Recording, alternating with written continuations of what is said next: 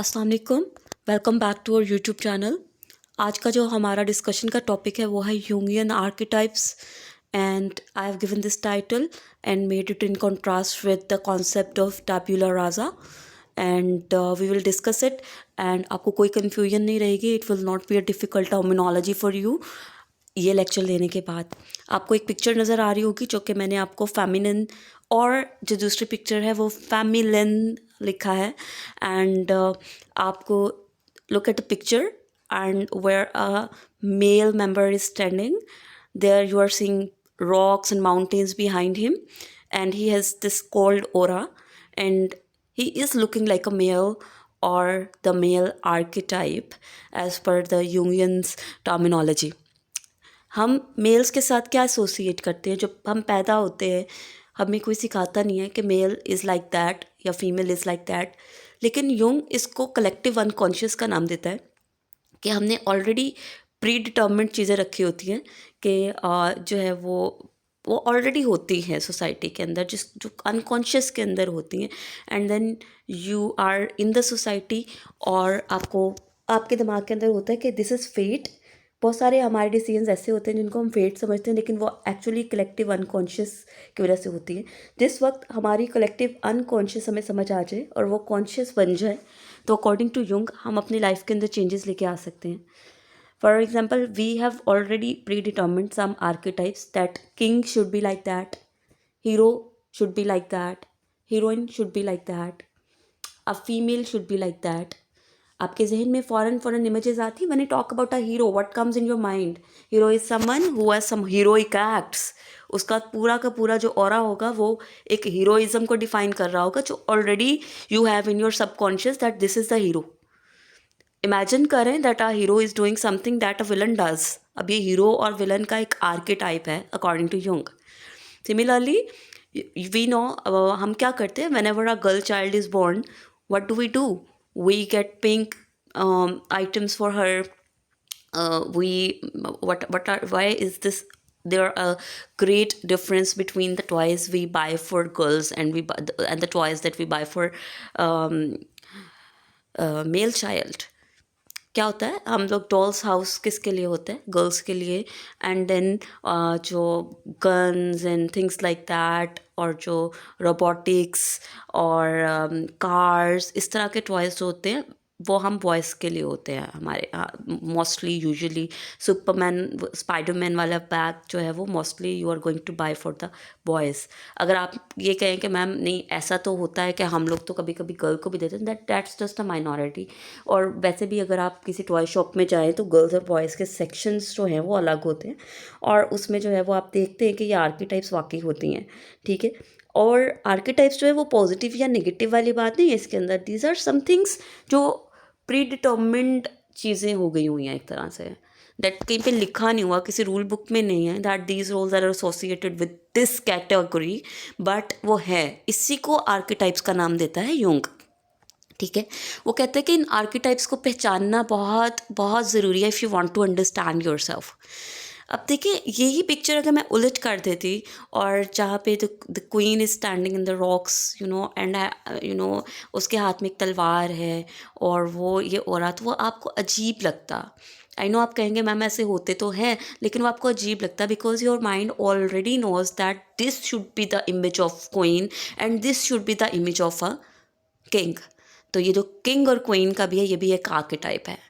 फिर हर मूवी के अंदर, चले आप गेम्स की बात कर लें, आप लोग गेम्स वाली जनरेशन है, वीडियो गेम्स वाली, तो वीडियो गेम्स के अंदर वी हैव डिफरेंट कैटेगरीज जो हीरोज़ की होती हैं। If you play the MOBA games तो आपको पता होगा कि like they are categories of marksman, ठीक है, मार्क्समैन होते हैं, then they are warriors, then they are support, इस तरह के these are also the archetypes of games, ठीक है। और इसी तरीके से हर मूवी के अंदर there is an archetype of a helper जो हेल्प करता है, you know there is always that saint character and then there is a hero, then there is a villain and then they are you know support करने वाले जो extra characters होते हैं वो होते हैं। तो हर आर्किटाइप हमारे ज़हन में ऑलरेडी होता है। ठीक है। तो लेकिन अगर आप ये फेमिनिन देखें, ये मैस्कुलिन और फेमिनिन का, तो आपको ऊपर सारा मेल वाला नज़र आ रहा है बट नीचे फ्लावर्स हैं। Flowers are not usually associate, delicacy is not associated with the masculine, क्या कहते हैं, आर्केटाइप। ऊपर मैस्कुलिन लिखा हुआ है ना, masculinity is linked with muscles, strength, power, status, और ये वाली जो सारी चीज़ें हैं वो मैस्कुलिन से। अगर आप शुरू लिटरेचर के अंदर भी अगर हम आर्केटाइप्स देखें तो शुरू से जो लिटरेचर के आर्केटाइप्स हैं वो इसी तरह के हैं। जब आप ग्रीक लिटरेचर पढ़ते हैं, look at the characters of male versus look at the characters of female. ठीक है, किंग का करेक्टर, अगर हम इडिपस रेक्स की बात करें, if you talk about Oedipus Rex, तो king Oedipus Rex, what Oedipus is doing, Oedipus is fighting, Oedipus is, having the state power in his hand, and Oedipus is trying to solve the riddle of the Sphinx and saving the whole state, और जो है वो, and what is Jocasta doing उसके अंदर। Females का क्या role है और मेल का क्या रोल है, देखें वो आर्कीटाइप किस तरह का है। वो सर्टन जो रोल्स एसोसिएटेड हैं, there are the masculine and feminine archetypes. ठीक है, आप एक गर्ल को देखते हैं तो आप, अगर वो टॉम बॉयश गर्ल होती है, you get a little disturb और अनकम्फर्टेबल, या आपको लगता है कि कोई आउट ऑफ ऑर्डिनरी चीज़ हुई है। This is also because you have this collective unconscious as a society that a girl should look like that and a boy should look like that. ये आर्कीटाइप्स की वजह से होता है। और ये इसी के आगे कॉन्सेप्ट जो है ना, ये एक्चुअली युंग ने ये बोला है कि ये जो पूरा ट्यूबाला टेब्यूला राजा का ये जो पूरा कॉन्सेप्ट है, टेब्यूला राजा अगर आप देखें तो ये एक कॉन्सेप्ट है कि ह्यूमन बींग्स जो है वो ब्लैंक स्लेट्स होते हैं, और जो है वो ब्लैंक स्लेट्स आते हैं and then whatever they get is their fate और रादर देयर चॉइसेस। ऐसा नहीं होता है अकॉर्डिंग टू युंग। वो आर्कीटाइप्स की बात करता है। अभी हम इसको रिलेट करेंगे और देखेंगे, and then at the end of the day I will in this very video talk about the archetypes in literature as well, क्योंकि we are going to talk about the character of Maggie and Tom in context of Jungians archetypes. तो literature के साथ जब आप relate करेंगे, I am going to talk about the character of Nora. आपको बड़े अच्छे से मेल और फीमेल आर्कीटाइप्स की समझ आएगी कि नोरा के साथ कौन से रोल्स एसोसिएट थे और उसके हस्बैंड के साथ कौन से रोल्स एसोसिएट थे, और उसका हस्बैंड क्या क्या कहता था नोरा को कि तुम्हें कैसा होना चाहिए, और पूरा कॉन्सेप्ट डॉल्स हाउस का जो है, it is an interpretation of roles और आर्कीटाइप्स ऑफ फीमेल, या फिर archetypes attach to the feminine category. तो वो जो सारा कुछ है, that you should be in kitchen, you should look beautiful, you should be delicate, you should take care of kids, you should not work, work is my responsibility. ये जो सारे के सारे कैटेगरीज हैं जो हमारे कलेक्टिव अनकॉन्शियस के अंदर हैं कि ये रोल इसके साथ एसोसिएटेड है, ये सारे आर्कीटाइप्स हैं। ठीक है, तो हम शुरू करते हैं इसको। ये वो ब्लैंक स्लेट वाला कॉन्सेप्ट है। देखिए, यूंगियंस आर्कीटाइप्स में Jung disagreed with the idea of tabula rasa which suggests that the human mind is a blank slate at birth, कि जब पैदा होता है कि ह्यूमन बीइंग, तो उसका जो माइंड होता है वो बिल्कुल ब्लैंक होता है, waiting to be shaped solely by experiences. और फिर जो है वो जैसे जैसे इस सोसाइटी के अंदर आता है, पहले उसके जो, अगर हम सोशियोलॉजी में बात करें तो हम इसको कहते हैं कि आपके जो एक तो सोशल इंस्टीट्यूशंस हैं, एक जो आपका फैमिली इंस्टीट्यूशन है, वहाँ से आपकी ग्रोथ स्टार्ट होती है। तो हम लोग कहते हैं कि ह्यूमन बीइंग जब पैदा होता है तो वो एक ब्लैंक स्लेट होता है, and then the parents are going to add something उसके दिमाग के अंदर, वो शेप करेंगे, एंड देन सोसाइटी, उसके friends, peer group, and then teachers, और जो भी वो सीखेगा। ठीक है, ऐसे ही होता है ना। लेकिन युंग जो है ना, वह एज साइकोलॉजिस्ट इस पूरी थ्योरी को डिनाई करता है। ठीक है, he posited that the human psyche contains inherent unconscious and ancestral elements that he referred to as primordial images. यूं का ये कॉन्सेप्ट है कि कुछ भी ऐसा नहीं होता कि जो है वो बिल्कुल ब्लैंक स्लेट पे होता है। कुछ ऐसे कॉन्सेप्ट्स हैं साइक के अंदर, ह्यूमन साइक के अंदर, जो कि इनहेरेंट होते हैं, ठीक है, और अनकॉन्शियस होते हैं, हमें पता भी नहीं होता कि वो ऑलरेडी हैं, और वो हमारे एंसेस्टर्स से आ रहे होते हैं, इसीलिए वो कलेक्टिव अनकॉन्शियस बन जाते हैं। उसको उसने प्रीमॉर्डियल इमेजेस का नाम दिया। According to Jung, these primordial images act as a fundamental building blocks influencing human behaviour and identity. और इसी से हमारा बिहेवियर और हमारी आइडेंटिटी जो है वो इन्फ्लुएंस होती है, वो आइडेंटिटी नहीं होती। हमें लगता है कि हम हमारी पूरी एजेंसी होती है। ह्यूमन बीइंग जो है वो अपनी चॉइस, अपनी एजेंसी के साथ जो है वो ग्रो करता है, लेकिन ऐसा नहीं होता। There are some inherent unconscious and ancestral elements that are referred to as primordial images that are attached to us that influence or behavior and identity. हाँ, here is the visual representation of Ophelia. मैंने ये Ophelia का मैं हमेशा बताती हूँ। तो whenever I am teaching of Hamlet, Shakespeare पढ़ाते वक्त, I am really disgusted by the idea of generating female characters like Ophelia, but then we can not do anything about it. Why? Because you know that उस वक्त का जो era था, अगर हम renaissance या एलिजाबेथन एरा की बात करें, तो उस वक्त तो बिल्कुल आपको पता है शेक्सपियर के एरा के अंदर तो जो एक्ट होते थे या थिएटर के जो परफॉर्मेंसेस होते थे, उसके अंदर भी जो फीमेल करेक्टर्स होते थे वो उनका भी रोल मेल करेक्टर्स ही मास्क लगा के करते थे। तो फिर उस हिसाब से अगर देखा जाए तो वो सोसाइटी ही ऐसी थी। लेकिन फिर भी I want you to understand the role of Ophelia and then look at the character of Hamlet, that what kind of characters are there in literature that are male and what are the female characters. Male character जिसका जो है वो the whole plot starts with the death of Hamlet's father, जिसको Claudius मारता है। तो वो revenge के ऊपर सारा, and you know he is a macho man and वो he is trying to take revenge of his father. But what about Polonius? अब ओफिलिया के फादर को हैमलेट ने मारा, लेकिन शेक्सपियर ने ओफिलिया के करेक्टर के अंदर तो वो ट्रेड्स नहीं डाली कि ओफिलिया भी तलवार लेके निकल जाती है and she should have taken revenge from Hamlet for killing her father for no reason. लेकिन उसने नहीं किया। ओफिलिया का क्या सीन है? वो आर्टिस्टिक सा, ड्रामेटिक सा, जो कि फीमेल के साथ अटैच्ड है, कि वो एक ड्रामेटिक कैटेगरी के अंदर वो आती है, ठीक है। और वो गाना गाते गाते जो है शी इज़ ड्राउनिंग, ये होता है ओफिलिया के करेक्टर के साथ। तो आप इसी से एसोसिएट कर लें कि व्हाट इज़ एक्सपेक्टेड ऑफ, या what are the archetypes of male and what are the archetypes of female.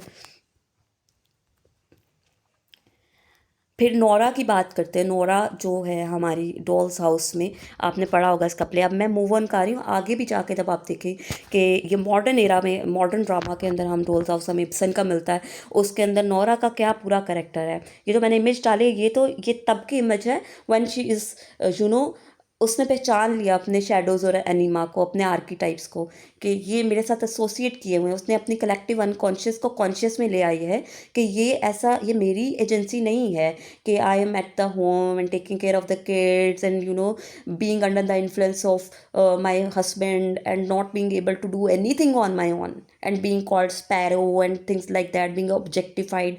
तो वो उस एंड पे पहचान जाती है and she leaves the house ना। ये यहाँ पे ये वो युंग की थ्योरी जब आगे जाती है, यूँ कहते हैं जब हम अपनी कलेक्टिव अनकॉन्शियस को कॉन्शियस में लेके आते हैं कि no, this is not something जो मैंने चूज़ किया है, दिस वॉज प्री डिटर्मिन्ड, तो अब मुझे उस हिसाब से चीज़ें करनी है। जब आप पहचान जाते हैं ना अपने शेडोज़ को और अपने अनीमा को, तो फिर तब आप जो है वो कोई ऐसा डिसीजन ले पाते हो where you understand yourself, ठीक है। तो यहाँ पे ये अगर वैसे शुरू वाले प्ले में देखा जाए तो नोरमा कह रही, नोरा की जो पूरी इमेज है, वो डॉल्स हाउस, नाम ही डॉल्स हाउस का ऐसे है कि नोरा जो है वो अपने आप को एक डॉल कंसीडर की जाती करती है, और उसको लगता है कि शायद यही रोल है फीमेल का, ठीक है। उसको लगता है कि ये सही है, ये नॉर्मल है। But then later on she realize that no, she is not a doll, she is a human being. अब हम आते हैं हमारी प्यारी मैगी के ऊपर। मैगी का जो कैरेक्टर है उसके अंदर फेमिनिन आर्कीटाइप्स अब आपको बहुत अच्छे से समझ आएंगी कि किस तरीके से हैं। She is living in a Victorian society now, ठीक है। We are talking about a Victorian female and what are the archetypes that are attached with a Victorian female. You know that there is a whole concept of gentle manliness associated with the masculine category. आप जब भी Victorian era वो history में पढ़ते हैं तो there is this concept of Victorian gentlemanliness. तो उसके अंदर के सूट बूट होना चाहिए, सारा कुछ एक पूरा एक जेंटल मैनलीनेस का कॉन्सेप्ट है। बहुत हिपोक्रेसी है, लेकिन guess that this is how the archetypes are. और अगर आप मैगी का देखें तो इसके अंदर आपको फेमिनिन आर्कीटाइप्स नज़र आते हैं। सोसाइटी ने ये आर्कीटाइप्स बनाए हुए हैं and this is in our unconscious. हमें लगता है कि ये हमारी चॉइसेस हैं, that we are being more emotional, we are being more loyal, we are associated with soft image, we are associated with flowers, pink and everything soft and someone who shouldn't be angry, someone who shouldn't look like bold. वो सारे ये collective unconscious में ancestors से चलता चलता ये एक image बना है कि this is female, this is male, gender roles जो हैं, ठीक है। तो अब अगर देखें the martyr, the fallen woman, दोनों अगर चीज़ें देखें जो इस नॉवल के अंदर मैगी के साथ हो रहा है कि डिस्पाइट वैसे वो बड़ी रेबिलियस है, Maggi often sacrifices her own happiness for the sake of others, particularly her family, क्योंकि सोसाइटी ने उसको ये रोल दिया है। और वो हम लोग क्या करते हैं, इसी को तो शैडो ऑफ और अनीमा का नाम देता है। जो शैडो है ना, वो हमारी रिप्रेस्ड फीलिंग्स है। हम सोसाइटी में जो आर्कीटाइप्स चल रहा है, जो इमेज सोसाइटी परसीव करती है फीमेल की, हम उस नॉर्मल के हिसाब से अपने आप को एडजस्ट करते हैं और अपनी चीज़ों को सप्रेस कर देते हैं। और वो एक तरह का जो है वो एक ब्लैक बॉक्स के अंदर हमारे सब कॉन्शियस से सबकॉन्शियस के अंदर एंड देन अनकॉन्शियस के अंदर वो चीज़ चली जाती है कि हम ये चाहते हैं, ठीक है। तो हम अपने आर्किटाइप्स के हिसाब से चीज़ें करते हैं और उसकी वजह से हमें लगता है कि पता नहीं हम खुद ही ऐसे हैं, हम बने ही ऐसे हुए हैं, लेकिन ऐसा नहीं होता है। According to Jungians theory, despite her rebellious spirit, Maggie often sacrifices her own happiness for the sake of others, particularly her family. अपनी फैमिली के लिए वो अपनी इंटेलेक्चुअल जो उसकी क्रेविंग है उसको साइड पे करती है, बहुत दफ़ा करती है। हालांकि शी इज़, अगर आप इसको कंपेयर करें, बिल्कुल वैसे ही है जैसे जेन ऑस्टन के जो नावल है प्राइड एंड प्रेजुडिस, उसके अंदर आपको जो एलिजाबेथ का करेक्टर नज़र आता है, सबके अंदर बिल्कुल अलग इंटेलिजेंस के हिसाब से लगता ही नहीं अपनी सोसाइटी की है। वो जो लगता ही नहीं है ना, वो एक्चुअली उस वक्त आर्कीटाइप नहीं था फीमेल का ऐसा कि फ़ीमेल जो है वो इतनी इंटेलेक्चुअल हो सकती है। तो इसी तरीके से ये विक्टोरियन सोसाइटी के अंदर जहाँ हमें मैगी का करेक्टर नज़र आता है, वो भी बहुत जो है वो पढ़ने में दिलचस्पी है, उसकी रीडिंग है। और आपको याद होगा वो इंस्टेंस बिल्कुल स्टार्ट में जब वो स्कूल जाता है टॉम, और आपको पता है कि Tom is not good at academics but Maggi is.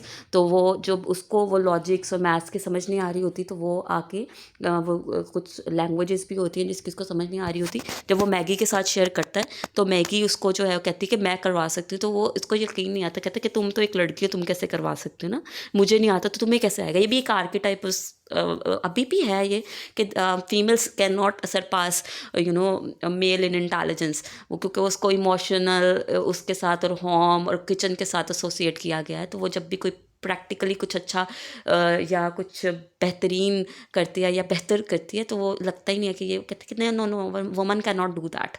तो किसी को यकीन नहीं आता क्योंकि वो आर्किटिपल जो इमेज है फेमिनिन की, उसमें नहीं आती ये चीज़। तो वो ये आती है कि वो सेक्रीफाइस करती है अपनी हैप्पीनेस को, क्योंकि this is what is normalised as female और female role in the society, that female is always associated with sacrifice, compromise and loyalty. तो ये वो सोसाइटी, और यही तो डिलेमा है पूरा कि वो सोसाइटी और अपनी जो इंट्यूशंस हैं जिसको हम एनिमा का नाम देते हैं, जो को खुद सोचती है, उसके दरमियान फंसी होती है। और हर फीमेल और हर मेल, सिर्फ फीमेल नहीं, टॉम भी फंसा हुआ है इसी वजह से, क्योंकि उसके साथ भी there are some archetypes that are attach with the male category, that a male has to be this, a male has to be the supporter of the family, finance का प्रेशर सारा मेल के ऊपर होता है। तो obviously उसने भी शुरू से वही चीज़ें देखी हैं, तो वो अपने इमोशंस के हवाले से अपने आप को सप्रेस करता है, बिकॉज सोसाइटी के अंदर वो अपनी ये इमेज नहीं, वो एक नॉर्मल इमेज ऑफ मेल नहीं है कि a male is crying, a male is having emotions. तो उसकी वजह से उसको भी एक अपना शेडो बनाना पड़ता है, टॉम को भी, ठीक है। तो ये वाली इमेज जो पूरी है जिसमें Maggie is expected to to make decisions as per her families happiness, हालांकि वो खुद जो है वो इस चीज़ से खुश ना हो। ये भी जो है वो एक फेमिनिन आर्केटाइप्स के अंदर आ जाता है, क्योंकि फेमिनिन आर्केटाइप के अंदर केयर गिवर, सेक्रीफाइसिंग नेचर, ये आर्केटाइप्स हैं फेमिनिन के, ठीक है। Evident in her ultimate devotion to Tom and her decision to renounce her love for Stephen Guest to avoid scandal, क्योंकि वीमेन के साथ ये भी एसोसिएटेड है ना, that she has to honour her honour.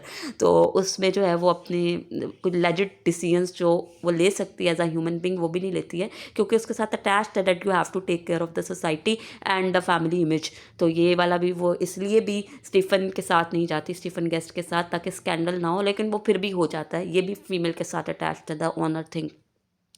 Fallen woman का एक पूरा जो कॉन्सेप्ट है, जो आर्किटाइप है, society's judgement of Maggie especially after her elopement with Stephen places her within the Victorian archetype of the fallen woman. However Eliot, George Eliot की बात हो रही है, subverts this trope by portraying Maggie with dignity and empathy, emphasizing her internal conflict rather than societal shame. Tom के भी तो masculine archetypes है ना. टॉम को भी तो हमने देखना है ना योंग के पर्सपेक्टिव के हवाले से.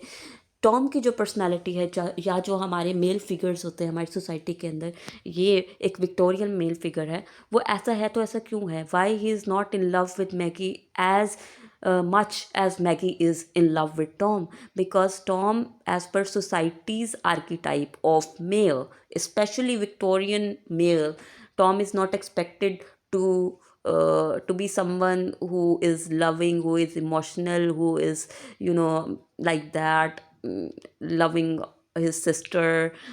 वो चीज़ नहीं मेल के साथ एसोसिएट की जाती. मेल के साथ गुस्सा, एंगर, मेल के साथ मस्कुलिनिटी का जो पूरा एक आर्किटाइप है, वो कि वो उसको रिवेंज लेना होता है, उसको ऑनर करना होता है. इसी वजह से तो वो मैगी से कट ऑफ भी कर देता है ना, क्योंकि एक सोसाइटी की डिमांड है कि एक मेल को ऐसा होना चाहिए वरना मर्ड नहीं होता. तो ये क्या है? ये सारे आर्किटाइप्स हैं. प्रोटेक्टर की जो एक उसकी इमेज है, Tom embodies the archetype of the guardian और provider, taking on the role of the family's protector after their financial ruin. His sense of duty to restore the family name drives many of his actions. He is practical and disciplined, a foil to Maggie's emotional and imaginative nature. Then he is an enforcer. ये भी जो है वो एक masculine archetype है. Tom's rigid sense of morality and his adherence to the societal norms make him an enforcer of patriarchal values. He जजेस Maggie harshly for her perceived transgressions, embodying the archetype of the authoritarian. आपको पता है कि authority male figure के साथ जो है वो अटैच की जाती है, तो टॉम में वो हमें चीज़ नज़र आती है. और फिर his inability to reconcile his love for Maggie with his rigid moral code highlights his internal struggle. He loves Maggi, but उसके साथ ये आर्किटाइप मेल के साथ अटैच नहीं है. To forgive, to give, to be emotional, इसकी वजह से वो उतना दे नहीं पाता. And then the concept of the tragic heroism attach with male figures. Tom's downfall stems from his unyielding nature and pressures of upholding familial honor. His reconciliation with Maggie in the flood represents a poignant moment of redemption, aligning him with the archetype of a tragic hero. This is the archetype of a king. A king has to look like that. Imagine a king, shyly looking down.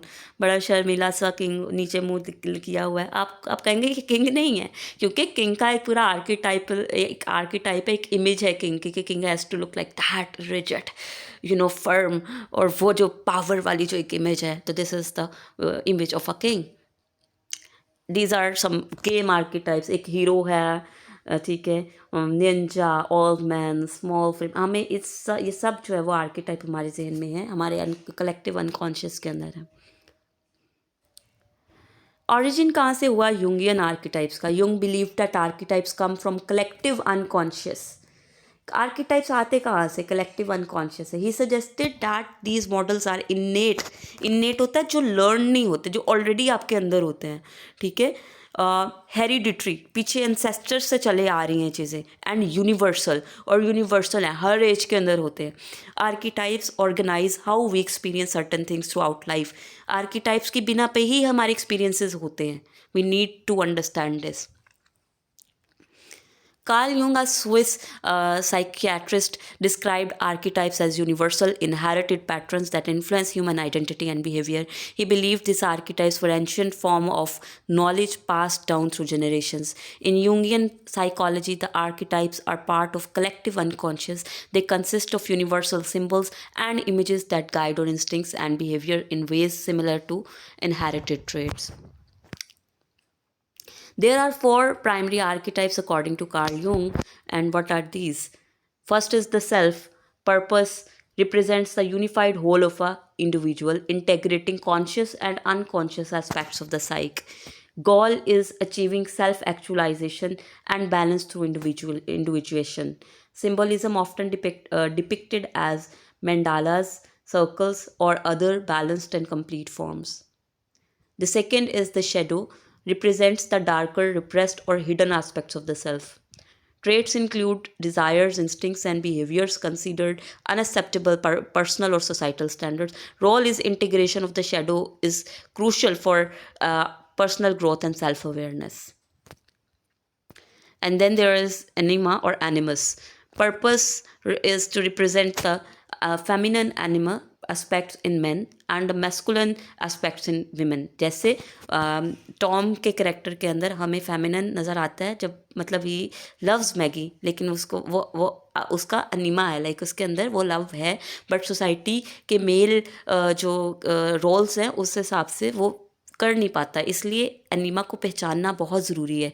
और इसी तरीके से women के अंदर कुछ masculine चीज़ें होती हैं जो क्योंकि वो फेमिनन उसके अंदर आती नहीं है, इसकी वजह और सोसाइटी उसको एक्सेप्ट नहीं करती, उसकी वजह से वो करती नहीं। For example some women genuinely like to have short hair and you know a comfortable fashion, लेकिन वो क्योंकि उसको कहा जाता है कि मर्दाना लग रही हो या कुछ इस तरह का, जैसे मैगी के को भी उसके फिजिकल अपीयरेंस पे कहा जाता है, तो उसकी वजह से she has to you know उसको सप्रेस करना पड़ता है इसको। गोल क्या है अकॉर्डिंग टू यूंग? बैलेंस करना है, balancing these opposing energies to foster emotional and psychological wholeness. Traits: anima associated with emotions, intuition and receptivity. Animus linked to logic, reason and assertiveness. Last archetype is the persona. Purpose is the mask. Persona क्या होता है? Mask जो आप पहनते हो society के लिए. One wears to navigate social roles and expectations. Function is mediates between the individual and society, projecting an image that aligns with societal norms. Challenge is over-identification with the persona can lead to a lack of authenticity. These archetypes work together in shaping the human psyche, and Jung believed understanding and integrating them leads to psychological maturity. Then you have to understand some basic concept like the shadow, the anima. I have talked about it. Shadow represents suppressed desires and traits. Suppressed desire हमें Maggi के character में कहाँ नज़र आती है? जहाँ she wants to get educated, she wants to have some roles that are associated with males, but she has that capacity, but उसको suppress करती है. She wants to go with someone who is intellectually compatible with her, like Stephen Guest, लेकिन वो नहीं करती क्योंकि society उससे ये एक्सपेक्ट नहीं करती. तो वो ये शेडोज़ हैं जो उसने दबा के रखे अपने अंदर. A darker side of the psyche often denied. Anima क्या है? Represents the emotional and introspective self, जो इनर फेमिनिन क्वालिटी होती है एक इंडिविजुअल के अंदर. जैसे अगर हम उसकी बात करें, टॉम की बात करें, तो टॉम के अंदर ये चीज़ है. जब उसको रियलाइजेशन होता है एंड पे भी, एंड वो जो हग है उनकी एंड पे सिस्टर और ब्रदर की, वो भी इस चीज़ को रिप्रेजेंट करते हैं कि टॉम को अपने एनिमा जो है उसको वो रिकग्नाइज करता है एंड पे जाके. मैगी टूलिवर के शेडोज़ हम इस पर बात कर चुके हैं. कौन से हैं? मैगी सप्रेस्ड डिज़ायर्स कौन कौन सी हैं? Longing for intellectual freedom and love. Manifestation उसकी क्या है? Attraction to Stephen Guest. Internal conflicts due to societal pressures. Text में क्या चीज़ आ रही है इस तरह की? The need of being love was the cause of errors and a life long sorrow. Significance अगर यूंगियन साइकोलॉजी के हिसाब से देखें तो emphasizes the importance of acknowledging and integrating the shadow to achieve the psychological wholeness. Warns that unaddressed shadow aspects can lead to destructive behaviors or interpersonal conflicts. Anima क्या है Maggie का? Maggie Tulliver's anima is represented by Philip Wakem, जो शुरू में आता है, ठीक है. वो इनकरेज करता है मैगी को इंट्रोस्पेक्शन पे. उसके साथ जो वो टाइम गुजारती है उसके बाद उसको समझ आती है अपने एनिमा का कि वो क्या चाहती है. और टेक्स्ट में आता भी है कि why was not her love for Philip, why was not her love for Philip carried in its own fullness and fragrance. वो क्वेश्चन जो कर रही है ना कि क्यों नहीं कर सकती वो, तो वो ही उसकी इंट्रोस्पेक्शन है. सोच रही है कि क्या है ये सोसाइटी का, उसको समझ आती है कि सोसाइटी का प्रेशर है. Philip helps Maggie explore her need for emotional fulfilment.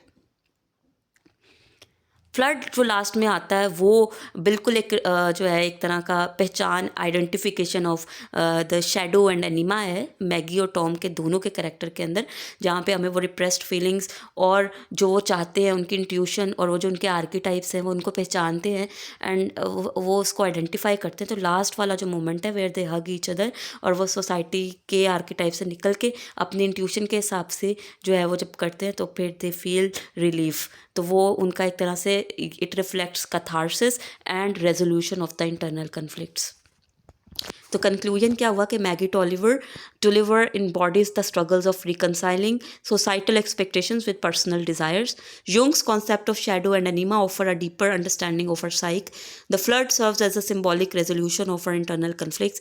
Eliot's psychological realism anticipates modern psychoanalytic frameworks. Thank you so much.